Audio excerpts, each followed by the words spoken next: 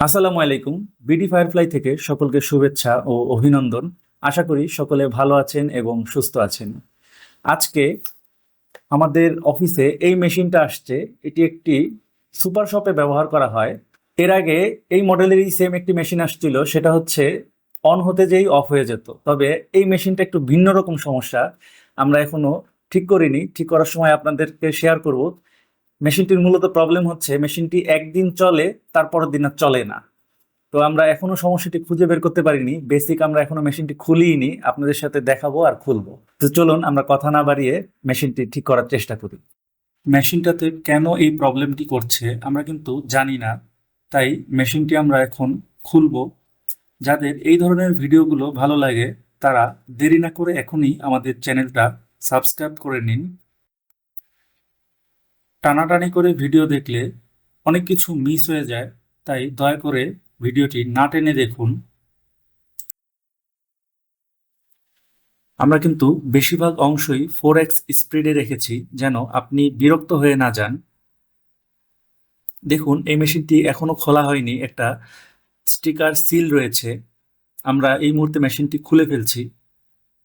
দেখুন, মেশিনটির ভিতরে সর্বপ্রথমেই আমাদের চোখে পড়ল মেশিনটির মেইন ইউনিট, যেখানে প্রসেসর, র্যাম এবং মেইন ইম্পর্টেন্ট কম্পোনেন্টগুলো রয়েছে।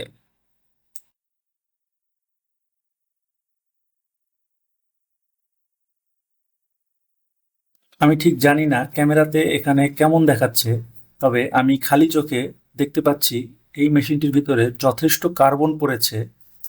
এই ধরনের মেশিনগুলোতে প্রত্যেকটা পার্ট বাই পার্ট আলাদা খুলতে হয় কার্বনগুলোকে পরিষ্কার করার জন্য।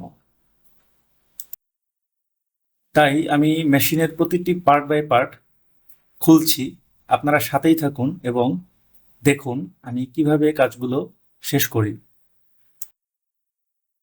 মেশিনটি খোলার সময় অবশ্যই রেবনগুলোর দিকে আমাকে বিশেষভাবে নজর রাখতে হবে, যেন কোনো রেবন ক্ষতিগ্রস্ত না হয়ে যায়।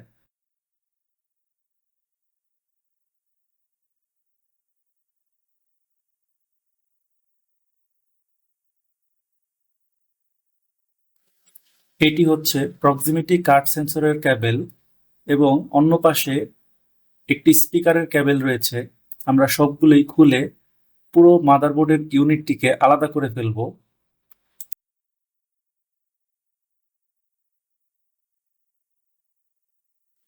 এখানে প্রচুর পরিমাণে ডাস্ট দেখা যাচ্ছে।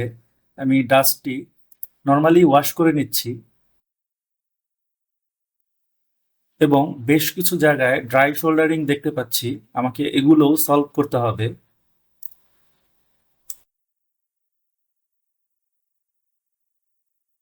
এটি হচ্ছে ডিসপ্লের রেবন, আমি এটাও খুলে নিচ্ছি।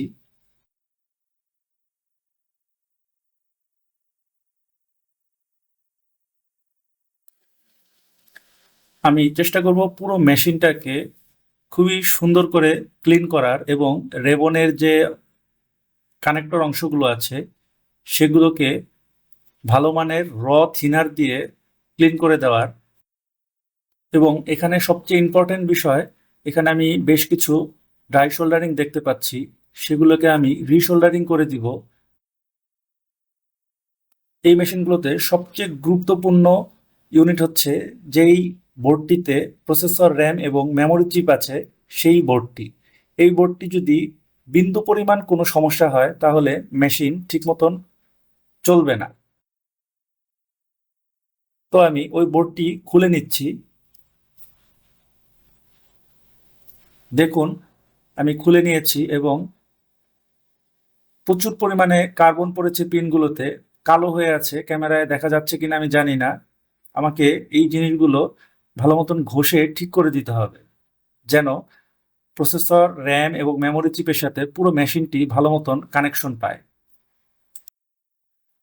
বিশেষ করে এই মডেলটির কাজ অনেক বেশি সময় লাগে করতে, কারণ এখানে ইউনিটগুলো আলাদা করে দেওয়া আছে এবং ভিতরে জায়গাও অনেক কম। এবং এই মেশিনটি বেশ শক্তপোক্ত একটা মেশিন, দীর্ঘমেয়াদী মেশিন, এভাবেই তৈরি করা হয়েছিল। এই মেশিনটির কাজ করতে প্রচুর সময় লাগে, যেটা ভিডিওর মাধ্যমে আপনাদেরকে দেখানো সম্ভবই না। তবুও বেসিক ধারণার জন্য আমি যতটুকু সম্ভব দেখাচ্ছি। আমি এখন যে ক্লিনটি করছি সেটি শুধুমাত্র মেশিনটিকে পরীক্ষা করার জন্য ক্লিন করছি, কিন্তু এভাবে যদি আমরা ক্লিন করি সেই ক্ষেত্রে মেশিনটি আবার দীর্ঘদিন চলবে না। জাস্ট আপনাদেরকে বোঝানোর জন্য এবং মেশিনটি অন্যান্য ইউনিটগুলো ঠিক আছে কিনা সেটা বোঝার জন্য আমি একটা জেনারেলি ক্লিন করছি, কিন্তু এই মেশিনটি সম্পূর্ণভাবে ক্লিন করে এবং যেই ছোটোখাটো ত্রুটিগুলো আছে সেগুলোকে ঠিকঠাক করে মেশিনটি আমার মিনিমাম সময় লাগবে 2 থেকে 3 ঘন্টা। যদি আবার এই মেশিনটির সফটওয়্যার ইস্যু থাকে তখন আরও 2 ঘন্টা বেড়ে যাবে মেশিনটি সার্ভিস করার জন্য। সচরাচর এই কাজগুলো আমরা দিনের বেলায় করতে পারি না, কারণ দিনের বেলায় অসংখ্য প্রজেক্ট থাকে আমাদের এবং বিভিন্ন কর্পোরেট অফিসগুলোতে আমাদের ভিজিট করতে হয় বিভিন্ন কারণে। এই কাজগুলো সচরাচর আমরা রাত হলে করি এবং বাসায় এনে করি। ছোটোখাটো প্রবলেমগুলো আমরা দিনের বেলাতেই সলভ করি। দিনের বেলাতে কাজ করতে কিছু ব্যাপারে আবার সুবিধাও আছে, কারণ দিনের বেলায় আমাদের হাতের ডান পাশে বাম পাশে প্রচুর পরিমাণে হেল্পিং হ্যান্ড থাকে। তবে যেই কাজগুলো জটিল এবং সময় নিয়ে করতে হবে সেগুলো দিনে ধরা খুবই ঝামেলা, দিনে ধরা যায় না। তবে আমাদের লাইনের বেশিরভাগ ক্লায়েন্টই প্রত্যেকটা কাজ আমাদেরকে বলে জরুরি। এই জরুরি শব্দটা শুনতে শুনতে আমরা এখন এক প্রকার অভ্যস্ত হয়ে গেছি। আমাদের এমনও দিন আছে যে আমরা বন্ধের দিন পুরো টিম নিয়ে কাজ করছি, আবার এরকমও দিন আছে যে সারা রাত কাজ করেছি, সকাল ভোর 6টা বাজে আমরা ঢাকার বাইরে শিডিউল রেখেছি ঢাকার বাইরে যাওয়ার জন্য। তো এই ধরনের কাজগুলো আপনাদের কেমন লাগে কমেন্টে আমাদেরকে জানাবেন। যদিও এখন আমি 2 ঘন্টায় একটি জটিল সমস্যাও সমাধান করতে পারি রাতের বেলা বসে, কিন্তু এই 2 ঘন্টা অর্জন করতে আমাকে সময় লেগেছে গত 17টা বছর। গত 17টা বছর ধরে আমি বিভিন্ন প্রতিষ্ঠানের বিভিন্ন রকম সমস্যা নিয়ে কাজ করেছি এবং শিখেছি। এখনো আমাকে প্রতিনিয়তই শিখতে হচ্ছে, কারণ শেখার কোনো শেষ নেই আমাদের জগতে। অনেকেরই ধারণা আমাদের জগতে প্রচুর পরিমাণে ইনকাম। হ্যাঁ, আলহামদুলিল্লাহ ভালোই ইনকাম, একেবারে খারাপ না। তবে এটাকে ভেবে যারা আমাদের জগতে পা রাখে বেশিরভাগ মানুষই ঝরে পড়ে শুধুমাত্র একটা কারণেই, আমাদের প্রফেশনে সাকসেস হতে হলে আমাদের কাজটাকে বেশি ভালোবাসতে হবে, ইনকামটাকে না। যারা শুধুমাত্র ইনকামের দিক ফোকাস করে আমাদের জগতে পা বাড়ায় তারা ভুল চিন্তা করছে।